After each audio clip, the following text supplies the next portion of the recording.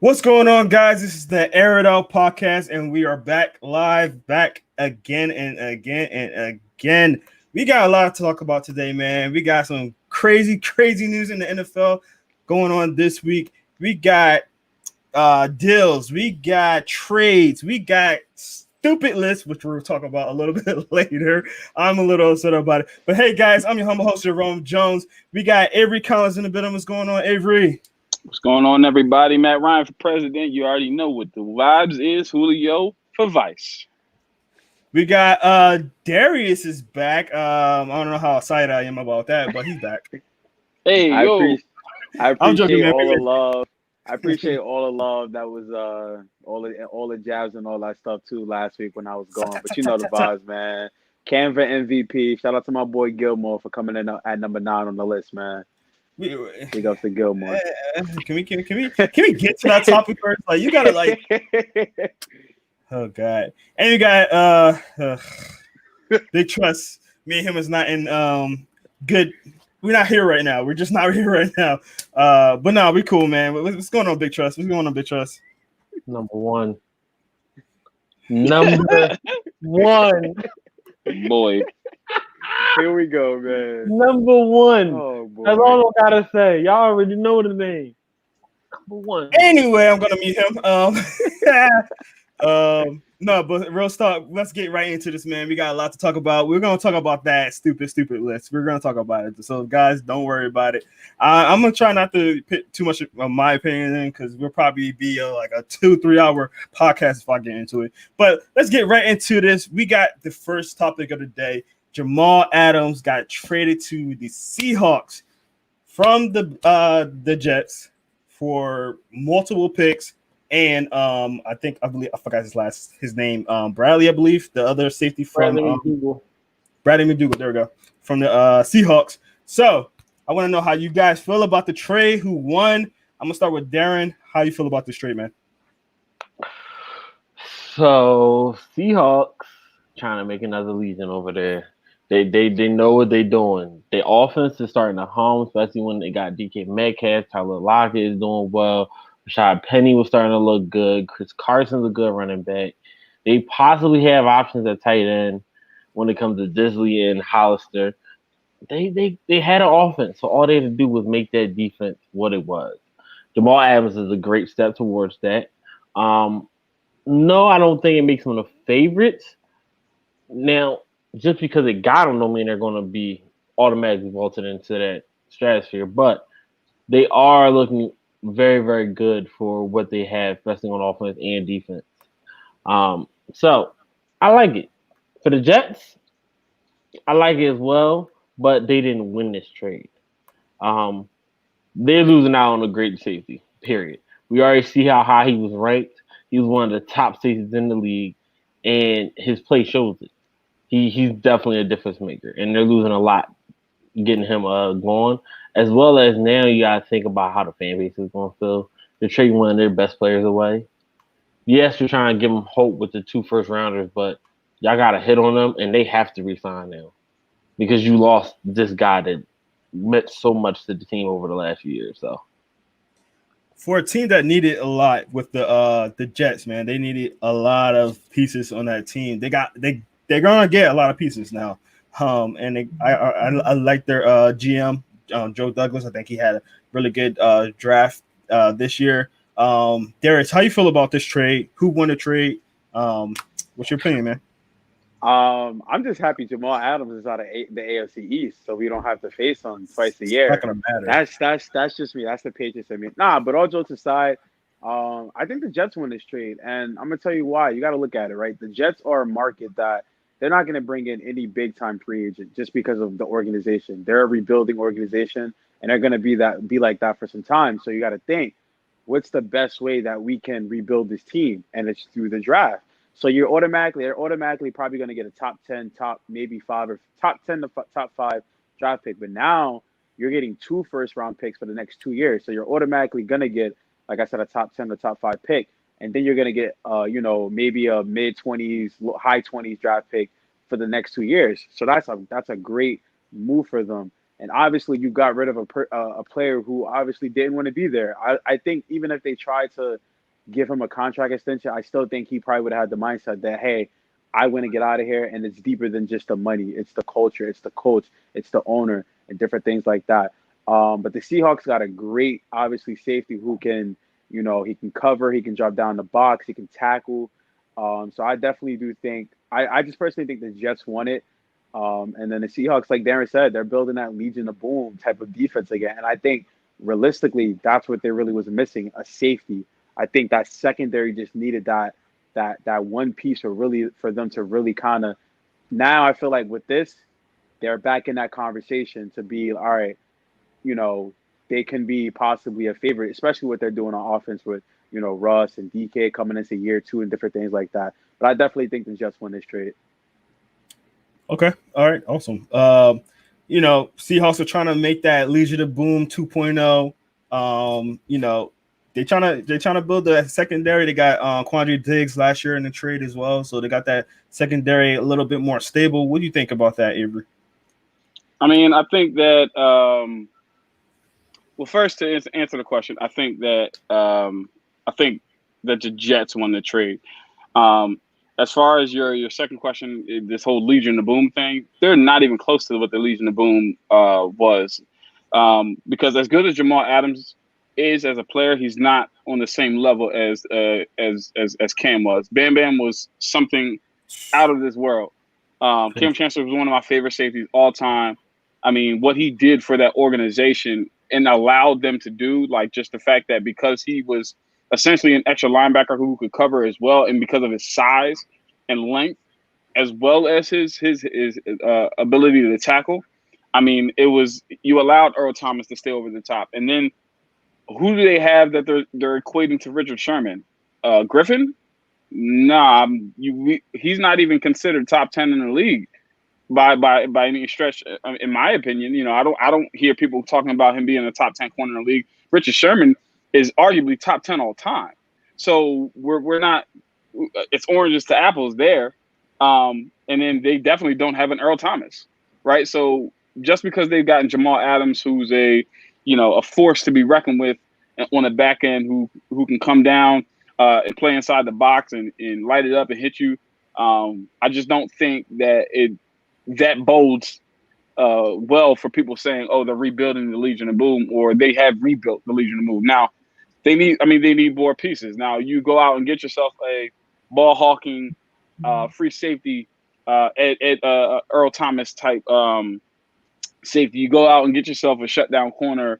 Now we can have this conversation. But until you do that, really, you made your defense better for sure by adding a guy like Jamal Adams, but you haven't rebuilt the Legion of Boom. I don't think anyone ever will. So that's my opinion there. But like I said, I think the Jets won this trade because, to Darius's points, they have a lot of holes. They have a lot of things that they still need to build upon, and they got 2 first rounds in the next coming drafts, plus I believe a 3rd round as well. They also got McDougal, the safety, who is a veteran safety who's proven that he can play on the field. Is he the same caliber of Jamal Adams? That's neither here nor there. The fact is he can play. He's a starter in this league, and everybody knows that. And so I think the Jets really, really won all around in this trade. I think the short term, in the very near future, then you have to say the Seahawks, because they got the player who's already proven, who's already doing his thing, and then obviously their draft picks have to pan out. But you would think that they're probably going to. And so in the Jets, they're going to have. It seems like because it seems like the Seahawks are still going to be good, which means those draft picks are going to turn into late first round draft picks. The Jets don't look to be really good as well, so it looks like they're going to be having early first round draft picks and then late round first round draft picks for the next coming 2 to 3 years. So depending on, like I said, how the Jets do, but it doesn't look like they're going to be taking too many leaps right now. So. I think the Jets ultimately will win down the line, but in the short term, definitely the Seahawks. So, with that being said, I believe all of y'all believe that the Jets won this trade. So, do you think that the Seahawks gave up too much? Because not only the fact that they gave up all those picks and a player that was pretty solid for them, and now they're gonna have to also re-sign Jamal Adams after this year. So, I want to know, like, do you think it was too much or not? I'm sorry with you, Avery. Yeah, I think it was definitely way too much for Jamal Adams. Safe for the people in the back. Yeah, like I feel like he's a good player, but I do feel like it really depends on what they want him want him for, right? And obviously they want him to be that down in the box safety, kind of like an extra linebacker, because he's not a ball hawk. He has 2 interceptions on his career. He's not a ball hawk. He's not somebody you put in the back end of your defense and say, hey, go ahead and get us picks. He's not that guy, but he's that guy who comes in. He's the enforcer. We get that. So for what they want, it's good, but what they gave up is just, for me, it's like, again, in the future, you're looking at not having 2 first-round picks the next couple of years, and it's not like you're getting any younger, right? It's not like your team is getting any younger. So, I mean, you got Bobby Wagner's getting older. I'm not saying he's old, but he's getting older. KJ Wright's getting older. You're in a sense you're kind of hampering yourself from getting those younger players that are top round draft picks in that sense. And then you think about, is he worth 2 for? I mean, DeAndre Hopkins didn't go for that. I mean, what are we talking about? Stephon Diggs went for 1 first. And these are guys who actually score points for your team. Jamal Adams doesn't score points. He doesn't create a lot of turnovers. And so, especially when it comes to, like I said, the interception rate. So for me, it's kind of like, you mean to tell me he's worth more than those 2 guys? When, again, Jets, you don't have a legit number 1 receiver. You mean to tell me that you couldn't go out and get a DeAndre Hopkins or a Stephon Diggs to help Sam Darnold? But that's just my opinion. What do you think, Darius? I agree with Avery. I think 2 first-round picks for the next 2 years, and then you throw in a 3rd-round pick for a guy who, like Avery said, he isn't, a ball hawk type safety. And a player. I definitely do think they gave up too much, but I think what it is Seattle's in win now mode, and I think the past season showed them, like, we need that. They feel like that's the missing piece, and we have a legitimate run. We know how the NFC is. There's never a clear favorite. When we think about the NFC, there's never a clear favorite who's going to be, who's going to win. We think of the AFC, it was always, New England. You could throw Pittsburgh in there, Baltimore, but it was always like, but in the NFC, it was never who's going to win. So I think Seattle realized that we're in win now mode. It's just, I just want to know what was the other offers from other teams, because we know Dallas was interested. So was Dallas going to offer a 1st-round pick, 2 first-round picks, or were they just going to offer a 1st-round pick? But I definitely think Seattle gave up too much, especially if Jamal Adams doesn't re-sign with them. Now it's like, and in that case, you give up that much, you're looking. I'm just like, all right, you know what?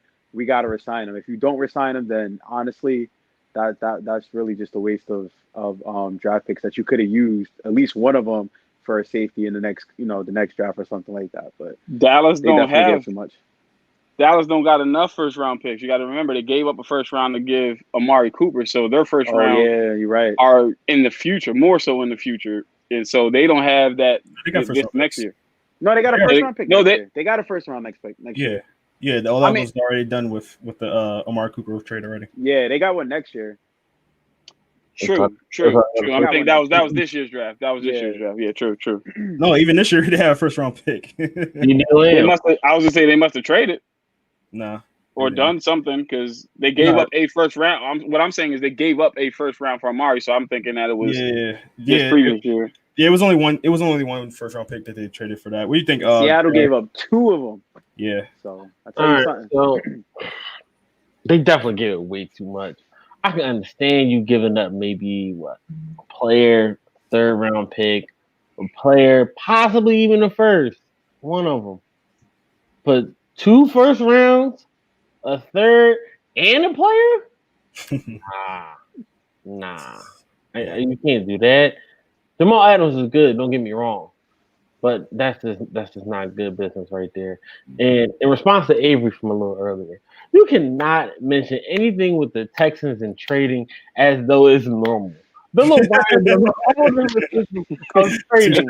So that's just not, you cannot compare those two. Touche. Because let's be honest, this was Bill O'Brien in this situation. Jamal Adams would have been going for a third and a fifth. That's funny. This is true. You This know is what I true. mean? That's true. Bill O'Brien, GM of the year, man. Oh man. Sure enough. Sure enough. Yeah. Well, then, before we get to our next topic, I want to thank everybody that's in the chat room. We got a packed house in here today, so thank everybody for being in the chat room. If you're checking out on Facebook, if you're checking out on YouTube, if you're checking out on Twitter, thank you so much. Make sure you're sharing this. And also, this is a interactive podcast, so if you have any questions, if you want to say anything that we said, or fix anything that we messed up, please go in the chat room, correct us, say state you do. We'll put it on the chat room and we'll discuss it. But appreciate each person on here today. And let's talk about the big money that Joey Bosa, I was about to curse, Joey Bosa got, because that was a big contract, 5-year, $135 million deal. Man, that boy got paid. What do you guys feel about that payment? Was he worth that much? And is this now the new market for defensive ends? I'm gonna start with Darius. Like I said, when Patrick Mahomes signed his deal during this whole coronavirus pandemic, everybody is getting to the bag currently. Everybody is getting paid. I definitely think Joey. I mean, that's a lot of money we're dealing with. If I'm not mistaken, it's about $27 million a year that he's going to be getting, if I'm not mistaken. So that's a lot of money for somebody. But you lock him up for the next 5 years. I do like the idea of locking up your players. You getting them done out the way. I don't think he's worth $27 million a year though. That's a lot. Like, you're putting him over elite pass rushers like the Von Millers, the Khalil Macks, and players like that. And personally, I think Von Miller, even though he's up in age, he's still one of the best pass rushers that we have in the game. But obviously, he's gonna have to prove himself. When you sign a deal like that and you reset the market at your position, there's gonna be a lot of pressure on you to live up to the deal. So if he's not putting up, let's say, double-digit sacks every year, then now it's gonna be did you overpay him and different things like that. But only time will tell to see if the Chargers made a bad decision. So we'll see. Definitely. I'm sorry. I'm laughing because first of all, the first comment was from Chris. He said that the Jets got more back than Jamal Adams than Houston did with both Clowney and Hopkins, which is completely true. And we got Remy in here. What's up, Remy? If you guys haven't watched our podcast from last night, Remy and Ray was going in. So we had some entertainment next night. So you have to see the RPO podcast next night. Make sure you go check that out. But we're gonna move along. Avery, what do you think about this deal, man? I definitely think he's again, I maintain the stance.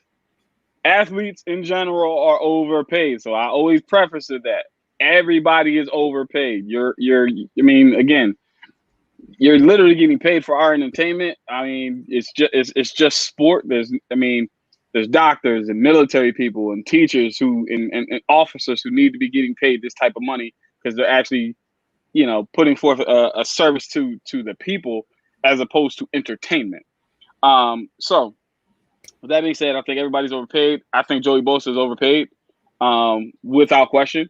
You're talking, again, close to $30 million a year for a pass rusher. Now, I just feel like that, to me, is just way too much for a defensive lineman, because of the fact that you got, to me, there's a defensive lineman is very important, but again, he can't do it by himself, right? So let's put this in context. Does Joey Bosa put up the numbers that he puts up if Melvin Ingram's not on the other side? So we gotta remember that. And then the question about him resetting the market and different things like that, I don't think he resets the market because I don't want to downplay what Joey Bosa has done. I mean, statistically, right? If you look at it, we're not going to compare anybody to Reggie White because Reggie White is, that's a stat that's going to continue to stand for a while. But you go Derek Thomas, Chris Doman, and Jared Allen. Those are 2, 3, and 4 on the all-time sacks list, right? In their first 4 years, Derek Thomas had 57 sacks, and his first 4 years, Chris Doman had 43 and a half. Jared Allen had 43. Joey Bosa in his first 4 years has 53. So he's second behind Derek Thomas in his first 4, seasons as far as sacks. So if you're not putting up Joey Bosa type numbers, you're not getting Joey Bosa type contracts. So let's not say that he's resetting the market. I don't think he's resetting the market. I think Joey Bosa has put forth enough film and enough numbers to warrant getting that in a sense. But I don't believe that he's reset the market, but I also don't believe that he's worth what he got paid because there's so many other things that there's more holes. But at the same time, you look at the Chargers, they're built right now to last. They're a very young defense. You got Derwin James who's going into year 3. You've got Melvin Ingram who's still he's the wily vet, but he's still a young guy. You've got Joey Bosa who again is going into year 4. You've got I believe they got Chris Harris who's a veteran corner alongside Casey Hayward. But the rest of the guys around them are pretty young. And then on the offensive side, you got a young quarterback, you got a young running back, you got a young tight end, you got a young wide receiver in Mike Williams, you've got the veteran. So they're built to last for a while. So in a sense, you could justify Joey getting this type of money because they're not going to be too hampered as far and a lot of these guys are already under contract. So, but again, to me, it's too much money for a defensive end. $30 million. You're talking about there's quarterbacks in the league that aren't getting paid that type of money. So it's tough. I think it's tough, but at the same time, man, like to get a premium pass rusher, they don't come that easy, man. How you feel about that, Darren? I'm not gonna lie. The market has been reset, and it's only reset because you have to think about it like this. Joey Bosa, the Myles Garrett, they are elite talents. Those guys are going to continuously maybe top one another. But from them going up to now 25 and 27 million per year, you have to think about all the secondary tier guys that's going to be like, hey, they're getting this. So we know we might not be as well off. We can still get close to 20 million. And that's going to it's going to make it go up for a lot of these secondary guys, especially when teams are really, really needing of a pass rush. The desperate ones. It always happens. People always overpay. I can't see that, man. I can't see guys unless you are averaging like 15 sacks a year, man. Like seriously, like if we're looking at it from what Joey Bosa and Myles Garrett, their production, it's unmatched. It's unmatched. Like you again, look at somebody like Melvin Ingram over his first 4 years. I think he only had 39 sacks. Joey Bosa has 53. No, right? That's why I said I'm the elite guys. They're going to get where they're going to get. But I'm more saying for the second tier guys. For example, Dante Fowler. Okay. Because he had really one good season and somewhat of a good season when the team was dominant. And after that, he was nowhere to really be found after injury. He got $18 million a year. One of the thing about Joey Bosa is that he has been, even though he's been playing, he's been hampered by that foot injury though. He had that foot injury. I think he had another injury as well. So he's been slowed down a little bit, but like even with that, he's been still very, very productive. So like I think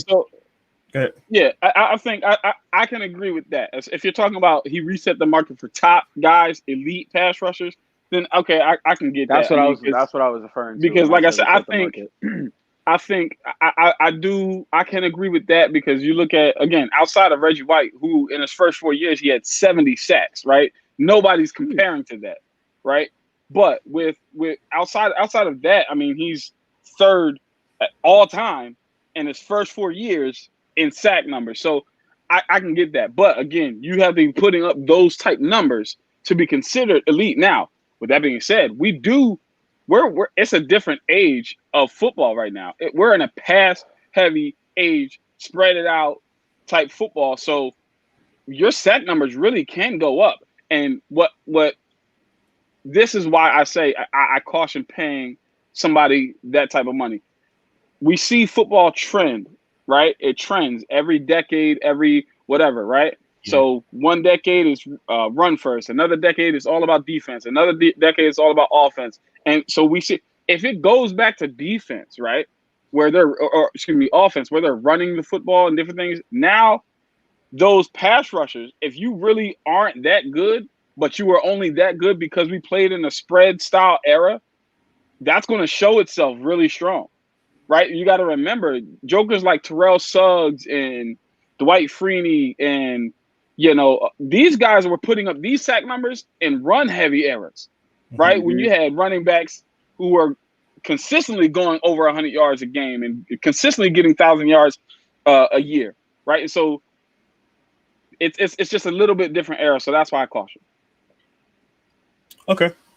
Well, I understand your points, though, Avery. I understand your points for sure. But I think he's one of those guys where the upside is better than, just the contract itself. I think For sure. I think they base it off like just the upside and the fact that he is a very productive pass rusher, and they have another pass rusher, Melvin Ingram on the other side that is really good as well. So they be going back and forth with the the actual sack totals. But I think they'd be good. We got some good comments in here, so I'm putting them up on the screen because we're getting a lot right now, so we can't get through all of them. That is actually Chris that said talk about Bosa, and yeah, he got Mahomes, Carr, and Locke in that division, man. So yeah, that makes sense. The quarterbacks that there are in that division, he will need to get to that, and like I said, he got that upside and everything. So let's get to the topic. The stupid list.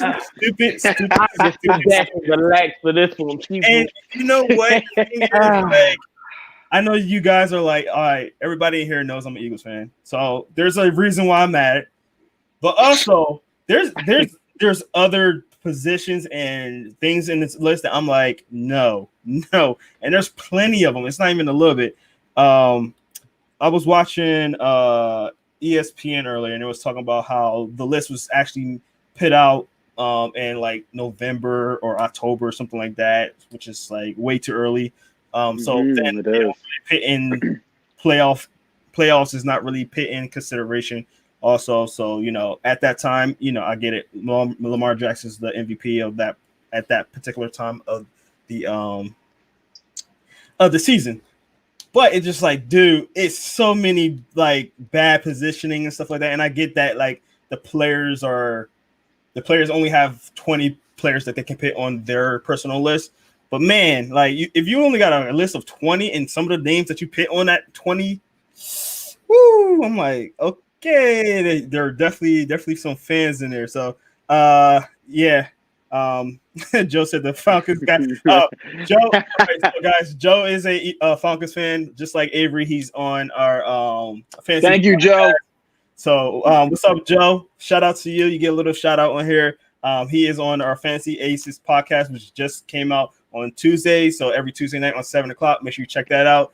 Really good podcast. These guys know what they're talking about with fantasy football. So make sure you check that out. Their second episode will be Tuesday, 7:00. So make sure you check that out. A little shout out to Joe right there. And that is Remy right there talking about this is the worst 100 lifts ever. I 100% agree. I agree. So I'm not gonna repeat the rest of the stuff that he said, but yeah, I totally agree with that. This is probably the worst list ever. But let's get right into this. I'm gonna start with Darius. How do you feel about this list? Who got snubbed? And let's just go from that. Who's the biggest snubs? Give me like 2 or 3. Give me 2 or 3. So I think the biggest snub, we're gonna address the elephant in the room. It has to be Carson Wentz. I think the level of disrespect Carson Wentz not only gets by the Eagles fans, but just his peers is beyond me. The guy literally carried the Philadelphia Eagles to the playoffs with who as his receivers? Like he had nobody as his receivers, and he can't even make at least number 100. or like, you know what I mean? So I think that's one of the biggest snubs. Avery, you said it when I went on the Facebook chat. Matt Ryan. I mean, Matt Ryan didn't obviously he didn't have the MVP season that he had when he won MVP, but still this guy had a better season than guys like Kyler Murray, who you look at his stats compared to Matt Ryan, better passing yards, better touchdowns. And Kyler Murray, I think the only reason why Kyler Murray ranked that high is because he won Offensive Rookie of the Year, simply just based off that. But I think just Carson Wentz and Matt Ryan are the two biggest snubs. I mean, you could make a valid argument for both of those guys to be on that list. You know what I mean? Matt Ryan, obviously, I still think he's one of the best quarterbacks in the league. You got to look what he has. He has Julio, so definitely Matt Ryan and just Carson Wentz. When I saw Carson Wentz wasn't on it, I felt your. I'm not even an Eagles fan, but Jerome, I felt your pain. I felt it because I'm just like, why does this man get so much disrespect from the fans and his peers when all he does is go out there and produce? We have to remember this is a guy before he got injured was arguably probably going to win MVP that year. And, obviously the injury and different things like that, but he still goes out there. He still produces. So I don't understand why he didn't make the top 100. I was very surprised that he didn't. Let me address that. Let me address that real quick. Listen.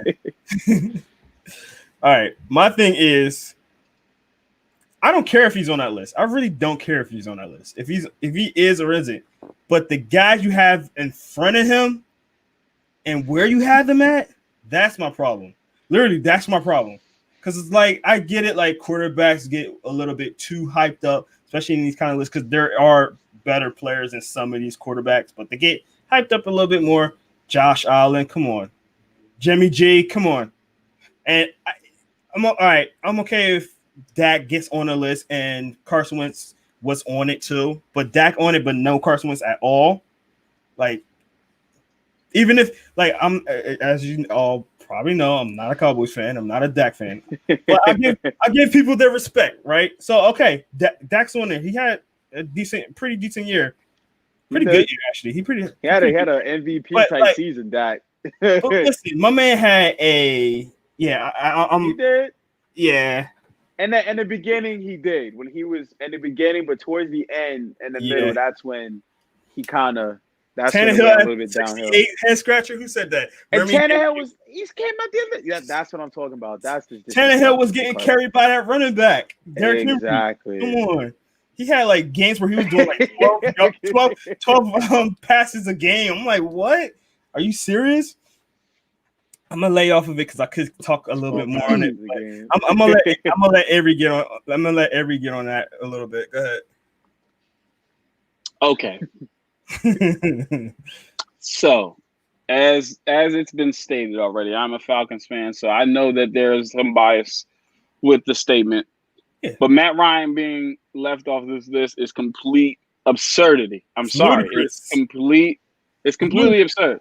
Flabbergasted. It doesn't make, again, and I'm not saying that anyone else doesn't deserve to be on the list. What I am saying is if you're going to say that this guy deserves to be there, you have to include Matt Ryan. I posted this in the chat, and I'll reiterate it here. Again, people who are on this list not named Matt Ryan: Tom Brady, Aaron Rodgers, Josh Allen, Kyler Murray, Ryan Tannehill, and Kirk Cousins. Matt Ryan threw for more yards than every person I just named. Matt Ryan had more touchdowns than everybody I just named, except for Aaron Rodgers, who he tied with. Matt Ryan was sacked the most of anyone on this list outside of Kyler Murray, and they both have terrible lines. They were both sacked 48 times. Matt Ryan has a higher completion percentage than everyone on the list outside of Kirk Cousins and Ryan Tannehill. And Ryan Tannehill didn't even eclipse 300 passing attempts this season. And Matthew Stafford threw more passes than Ryan Tannehill.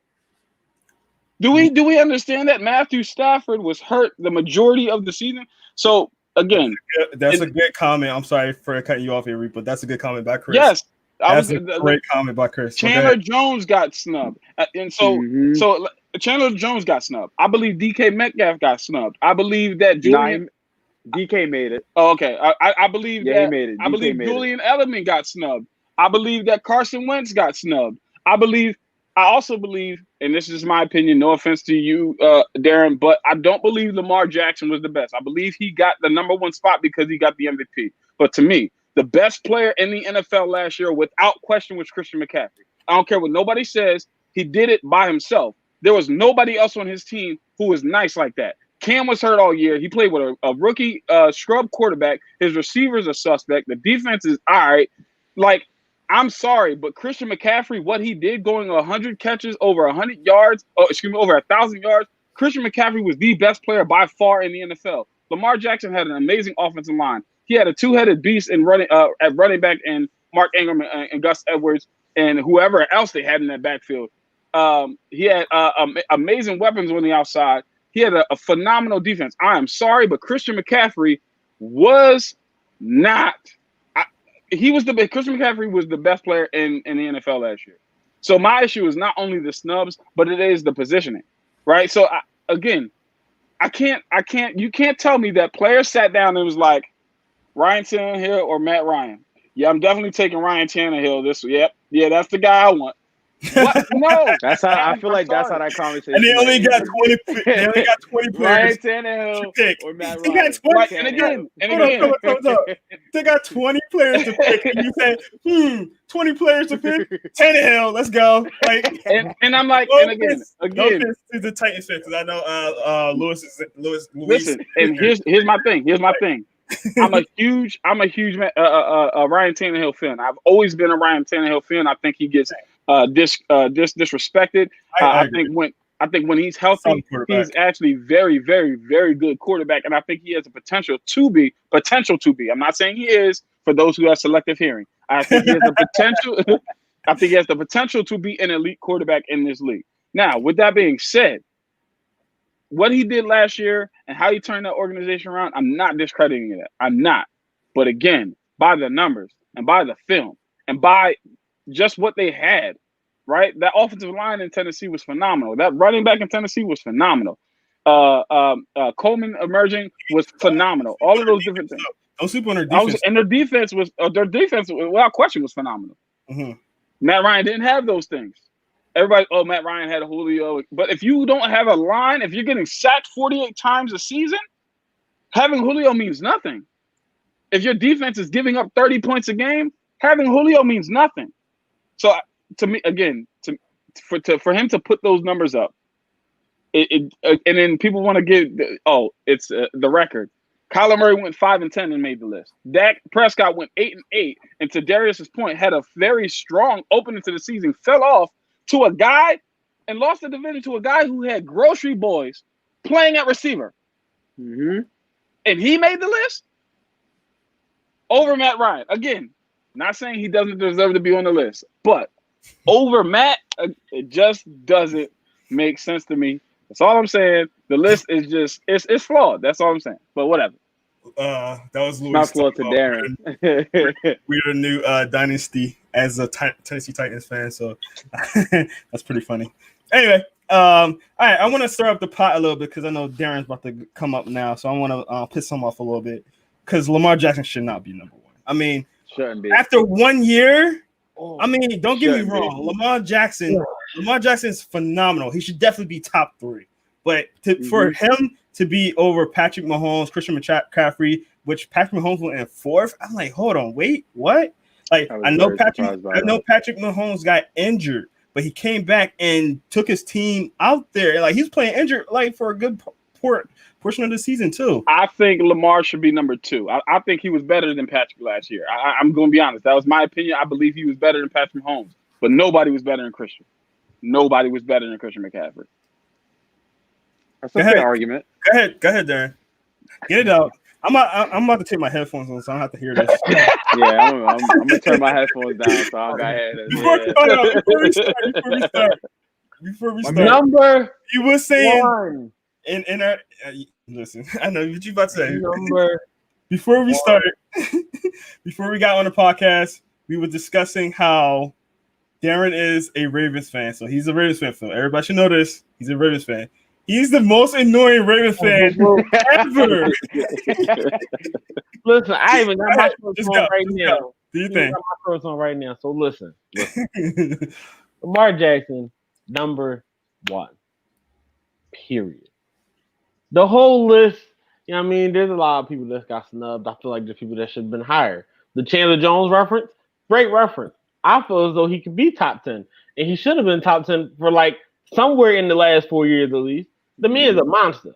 He's been getting snubbed for long, especially got snubbed last year, being all the way off the list. That didn't make no sense to me. But Patrick Mahomes should be number 2, not Russell Wilson. That's my take on that. I can see them flipping those 2 positions, and that'd be a little bit better. And I'm saying because you have to think about it like this now. Lamar Jackson for 16 games was basically, other than honestly, I will give it to you.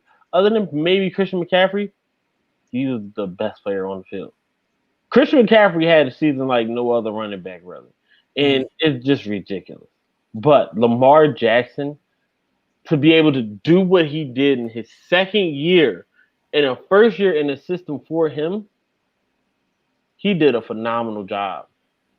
Broke the record, shattered the record, led the league in passing, and threw for over 3,000 and rushed for over 1,000. No quarterback's ever done that. No running backs done what Christian did at his side as well. Listen, this is my next take. I feel like Christian should have been switched with Michael Thomas. Because you got to understand, NFL top 100 list, every time it's always like quarterbacks really at the top of the list. Yeah. And especially this year with how the quarterbacks played with the top 3. So those 3 are going to be in that top 4. But if you got to put one skilled player there, I think I'll put Christian over Michael Thomas. Easy. I think he had. It just hit me. Christian Another McCaffrey player had hold on, before you make your point, Christian McCaffrey had more receptions than like 80% of the wide receivers in the NFL. Yeah. Mm-hmm. Another one that just probably more yards too. That just made me mad. Now that I think about it, Fletcher Cox. Fletcher Cox is a animal, and he's not listed as like he gets triple teamed. He gets overlooked so much. You got again, Aaron Donald is listed in the top 10, but Fletcher Cox is not even in the top. I don't think he was in the top 50. Are we serious right now? What? Yeah, he was 90 something. Like, come on. The highest graded Eagle was Zach Ertz, Cox was 74 or something like that. What was it? The league just doesn't. Oh yeah, it was. Yeah, Fletcher Cox did get 70 or something. I'm sorry. Was Austin Hooper on the list? No. Nope.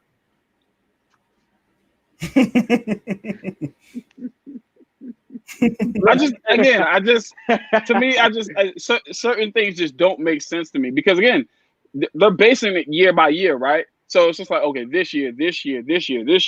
Again, for me, I go back to the Matt Ryan thing, right? Matt Ryan, for the last like 5 years, he's been on this list. You mean to tell me he fell off so much that not only did he not make the top 50, not the top, like he's not in the top 100? Absolutely not. Check his stats. Like, come on, yo. He's not even in the top 110. Julian Edelman does not make the list. Julian Edelman doesn't do anything but catch footballs, get yards after the catch. He was literally the only wide receiver. And play injured. And does it all while hurt. And he's smaller than everybody that you just talked about. Michael Thomas, Julio Jones, DeAndre Hopkins. He's smaller and he puts up their numbers. Like, come on, yo. Hold on. This list is I gotta finish. I didn't like the list anyway, so I that's just to get that out the way. Real quick, I gotta let this why they did not have Matthew Stafford on the list. Because he ain't play. What are you talking about? No. He played the first 8 games. He was a phenomenal for that. He was leading the league in pass yards. Balling. The completion rate was unbelievable. And he had the league lead in touchdowns with 19. Why is he not on that list? Because he missed 8 more games. That's why he's not on that list. Listen. Again, remember, it's about the year in its entirety. It's not about what you did in the beginning of the year. It's about the year in its entirety, which, again, I don't understand why Dak Prescott got on that list because, so he can basically look like he has better numbers than Tannehill and still not get on the list. But Tannehill's on the list. Tannehill, because Tannehill played more games, and Tannehill did what he did, and they got to the playoffs. Like Tannehill's not a bad quarterback, guys. Can I say something about this comment real quick? Quarterback. Can I say something about this comment real quick? You see this comment right on the screen? As an Eagles fan, that is ridiculous. Like that man tortures us. And Lane Johnson not be on the list too. Oh my goodness! But speaking of Lane Johnson, just don't like the Eagles. I'm telling you. Speaking of Lane Johnson, no, they don't. Nobody likes Eagles. It's fine. Speaking of Lane Johnson, like have problems with Lawrence every game. Every time they go against each other, he has problems because that's how good DeMarcus Lawrence is, and they don't have him in the top 100. And I think Lane just should have been in the top 100. So, bro, it's crazy. It just doesn't make sense, man. Like I don't. So many holes in that list. Why is Devontae Adams and Keenan Allen so disrespected all the time? Yeah. Let's just put it up there and put it out there. Like, especially Keenan Allen. When this man goes out and balls every game, he needs to be no lower than like around 50-ish every year for the last couple of years because he's been on a tear whenever he's healthy. It's ridiculous. And Devontae Adams, why is he in that not top 3, top 4 conversation every single year? The hand, ridiculous. He gets more separation than majority of the people ahead of him almost every single time. Here's another person who's too low on the list, in my opinion. Deshaun Watson. Definitely. He's so 20? good, man. It's too low to me. I'm sorry. Think top 15. I think he's that good, man. Like Deshaun Watson is ridiculous, man. Like I just put him out for Brady. That can make sense. Here's a stat. I believe Deshaun Watson was either tied for or tied for first or tied for second or third or something in the league in fourth quarter comebacks. Like he literally puts the team on his back and be like, oh, you know what? Let's go get it then. We about to go. Like, come on, man. Come on. You know what? How you get kicked in the eye and then still complete the touchdown? You know what I will say though? This is gonna fuel a lot of these players that didn't make the list to ball out. Just like how we talked about the Madden 99 club Darren was alluding to. I believe like this is gonna. If you didn't make the list, you're gonna go out there and ball out. I hope Matt Ryan throws for 6,000 yards, 55 touchdowns. I hope Julio goes for 2,000 of those 6,000 yards. I hope everybody. I hope Carson Wentz throws for 6,500 yards. I believe Carson Wentz is gonna have I got something to say for you talking right now. You're gonna love me later. Watch this. Hold up.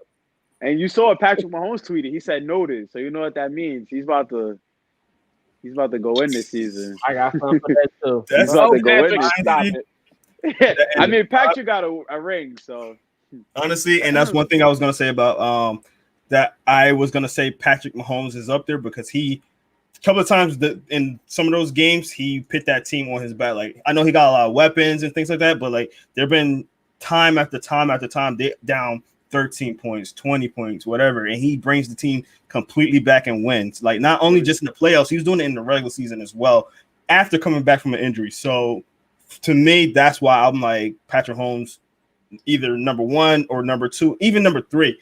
Can't have him at 4. I just can't. See, 4. I definitely think you could put him at 2 or 3. Yeah, if you look at it, I definitely think 2 or 4 is his counter. That's why he said noted. I think because he said 4. He was at 4, especially with the season he had and winning the championship.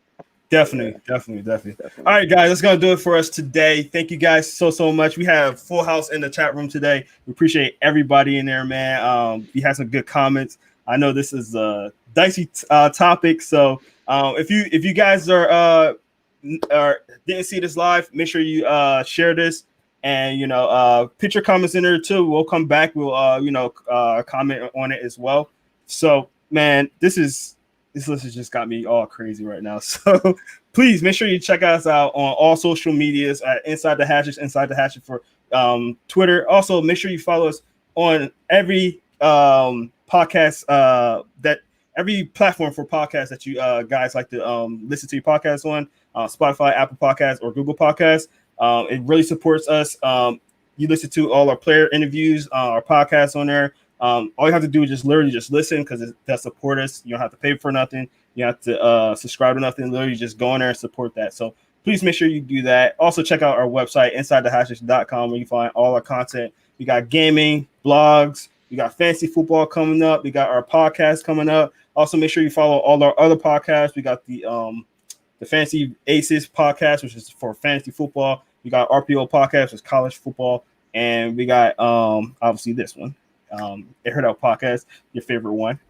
So make sure you go come in and check us out. We do this Tuesday through Thursday, 7 o'clock on Tuesday, 7 o'clock on Wednesday, 6 o'clock on Thursday. So guys, thank you so much. We appreciate you being in here.